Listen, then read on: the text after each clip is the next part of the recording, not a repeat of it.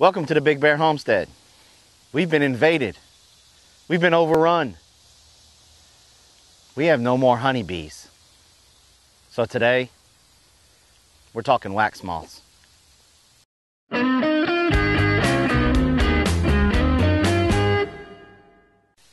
So it's happened to us again. Wax moths got in our beehive. So what is a wax moth and how did we get them? So before we talk about how we got the wax moths, let's talk about what wax moths are. Wax moths are extremely destructive to a beehive. The wax moth itself is a very heavy-bodied insect. It ranges from anywhere from a ½ inch to 3 inches in length, and its color can be anything from a grayish to a brown. The larva of a wax moth, it's pointed on both ends. It has a brown head. It can grow up to 1 inch in length, and it can stay in the larva stage anywhere from 18 days to 3 months. So once the egg hatches, the wax moth larva will consume beeswax, pollen, honey, even bee larvae. It will tunnel through your combs, leaving a silky web-like substance behind.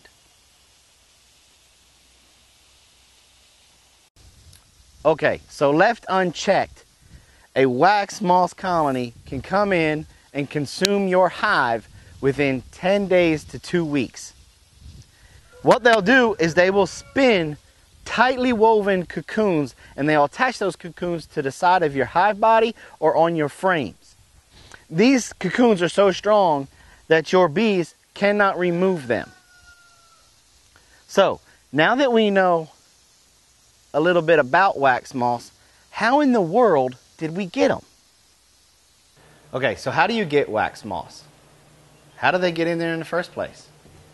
Well, we kind of figured out, or at least we think we know how we got them, but we'll cover that in a minute. Right now, let's talk about the most common ways that wax moths get into your beehive. So how do you even get wax moths in your beehive? Well, there's a couple of ways. One way, the most common way, is that your hive is not really that strong and you leave this entrance completely open, and then a mated female wax moth will use the cover of darkness. She'll slip in through at night, slip past your guard bees, and lay her eggs in different parts of your hive. Mostly, she likes to lay around your brood. And then, if your hive is not strong enough, they'll get a foothold. Another way that you can get wax moths in your old beehive is by the way that you overwinter or store your honey supers after the season is over, or any extra hive bodies that you may have. So if you are kind of like me and you just put these guys up underneath the crawl space in your basement, up on a shelf out in the garage, you still stand a chance of getting wax moths in your beehive.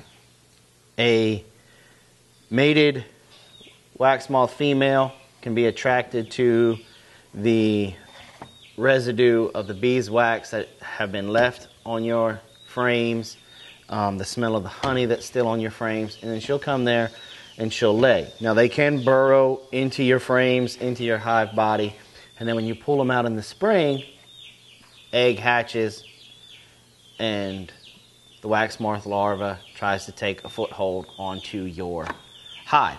Now, if you got a strong hive, you don't really have much to worry about because they'll take care of the problem. But if your hive is weak, then they can overrun your hive, and then you'll be in the same boat that we're in. So, are there some things that we can do to prevent them from coming in? So most of the time, you catch this issue too late. There is no chemical treatment that you can use on your active hive, meaning there is nothing you can use to kill the wax moths that won't kill your bees. Now, most of the time, your girls in a strong hive, they nip this in the bud before it gets a foothold like this. So, since there's nothing that we can do to help them out, once we've got them, is there things that we can do to help prevent it? And that answer is yes. So here are some things that you can do to help make your hive strong enough to combat wax moths. All right, so let's talk about how we can help our girls develop a strong hive. Well, one of the tools that you can use is an entrance reducer. Now, this entrance reducer has 2 knots cut out of it, notches. When you're first putting your bees in very first time, I recommend using the small notch as the opening. You slide it in, and it fits just like that. So now the guard bees, instead of having this whole area to try to patrol, they only have to stand guard over that tiny little hole. Now, as your hive gets stronger and the springtime goes along and the flow is starting to come out there, and I'd flip it and let the bigger hole take precedence. And then in the heat of the flow, when you have your hive has been established and things are going well, and you've got a good amount of bees, if you're comfortable with it, you can go ahead and take this away for a short period of time during the flow. Especially here in Georgia in the south, I definitely recommend taking this off when we start getting really, really hot, because that'll help with air to help cool the hive. Now, when the flow stops, there's something else that you can do to help keep the bees active, growing, and building, and that's feed them. This is called an entrance feeder. They have top feeders. They have all kinds of feeders. I like the entrance feeder, one, because I can just walk by and look and see, but I might try my hand with the top feeder. I've heard great success stories that goes along with those as well. But you just fill this up with sugar water. Now, I don't exactly remember right off the top of my head exactly what the ratio is. I'll put it down in the comments or in the description. I'll put it in the description what the exact ratio is. But you just put it in there. It's just a mason jar, excuse me, with a lid. And the lid has holes in them. Okay? And then it fits down into this holder right here. You got your sugar water.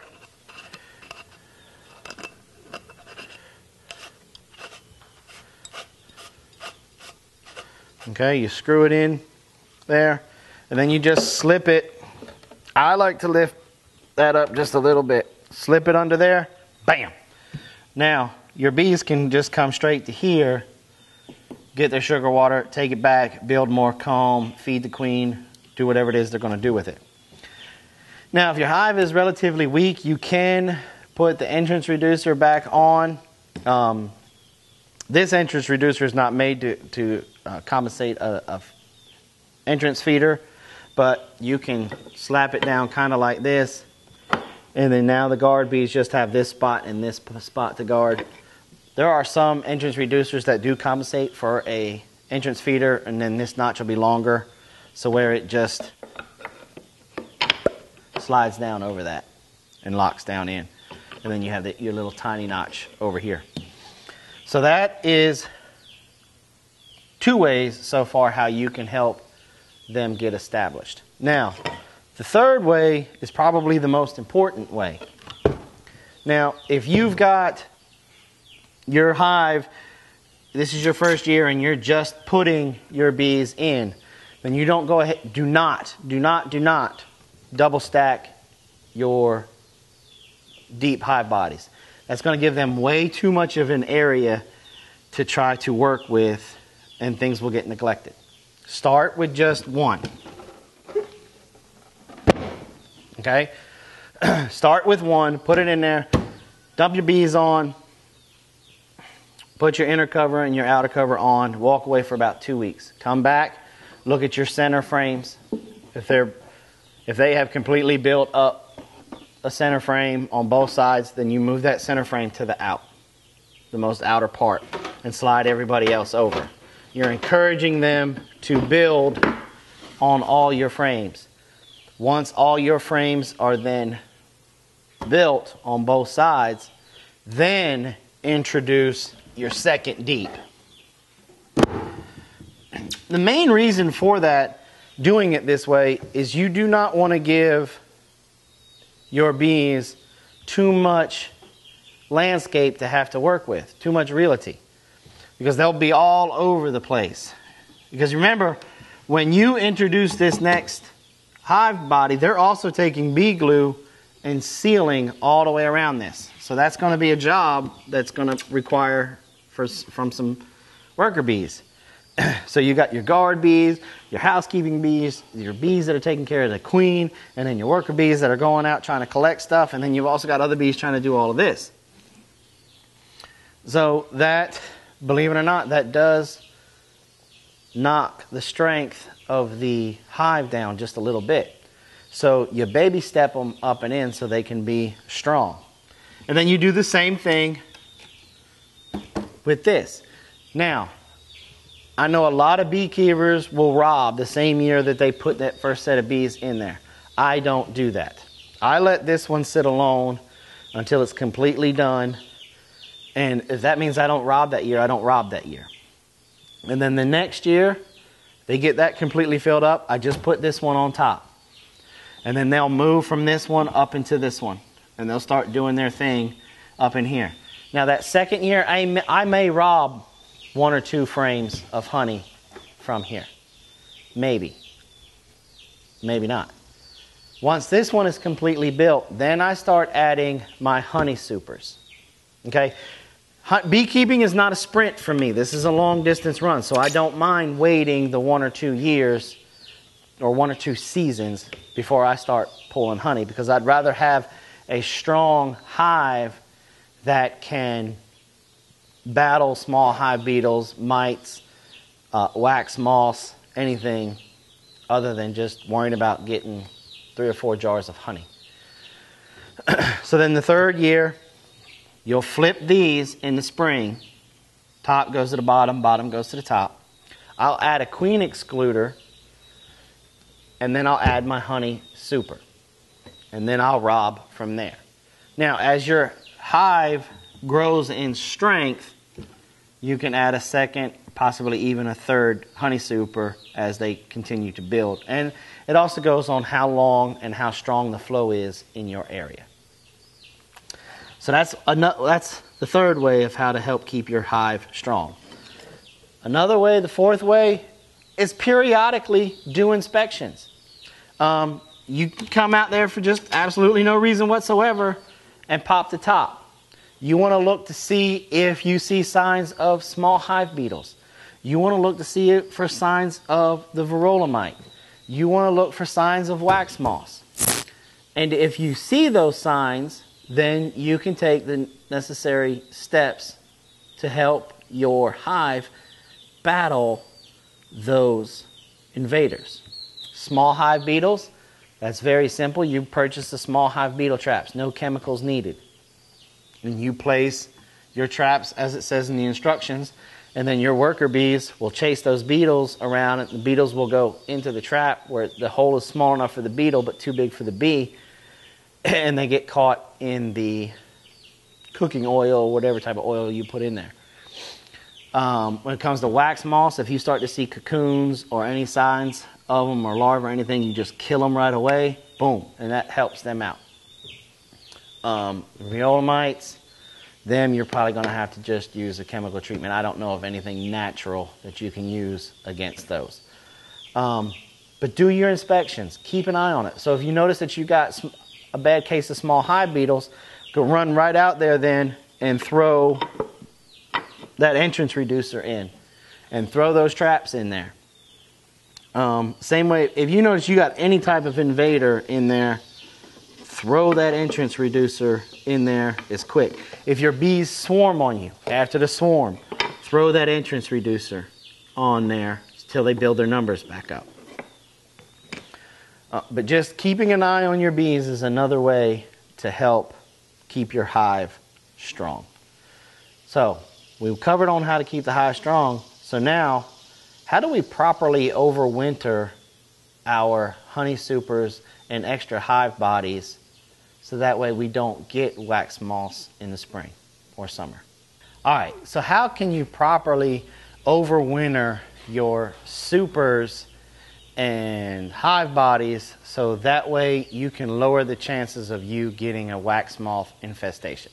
Well, one of the ways that you can do is you can take your honey supers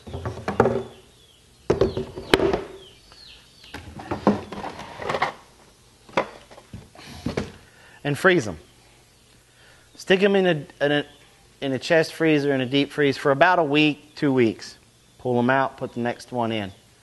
After you pull them out, stack them up, wrap them in a black plastic bag, black trash bag, or just any old really plastic trash bag, or just plastic. Wrap them up, and they're good to go. Another way, you can fumigate them. Now, to be 100% honest with you, we've never done this fumigation process, but I'm seriously considering it since this is the second time I've gotten wax moths. Now, it's been years and years in between each time with us getting wax moths, but it's still just very frustrating for us. I don't know, I haven't really made that decision. I'm still researching this. This stuff is called PDB. And from my understanding, what you do is you get an index card, you put it on the top of the frames in your super, and you take about a tablespoon and put it on there, and then stack your next super or hive body on top. And then you do the same thing. Boom. And keep going. Now once you've got them all stacked, you can put a cover, your outermost cover on, or you can just wrap the whole thing in plastic and let it sit over winter. And from what I've read, the crystals that you put on this index card will slowly evaporate over the winter, and they will fumigate all of your frames and all your hive bodies and everything. Now the caveat is now you did introduce some type of a chemical into your beehives, but everything I've read is supposed to be super safe, and that you let it air out 48 hours before you place it on an active beehive. I'm still not 100% sold on that idea. We'll probably just stick to freezing, but I did want to mention it because it is a option that you can do. Personally, I don't know. I'm probably not going to do it, to be honest with you. It's that whole chemical thing that I'm just going to stay away from. We'll probably end up placing these bad boys in the freezer 2 at a time, and then wrapping them in a big construction trash bag, and just leave them be until the springtime. So that's how you can overwinter your honey supers and your hive bodies. Alright, so that just about does it for this video here on the Big Bear Homestead. Our tragedy, hopefully we've been able to turn into a helpful video for y'all. So don't forget to check us out on the web at www.bigbearhomestead.com. Don't forget to follow us on Instagram and Twitter. Come on over to Facebook, give us the old like. If this video helped you guys out, please like. If you guys have any comments or questions, please leave them below. And if you're new to our channel and you like what you saw and you want some more, come on over there to that red button and hit it and subscribe. So, thanks for stopping by. I hope you guys enjoyed it. And like always, have a nice day. Y'all come back now, you hear?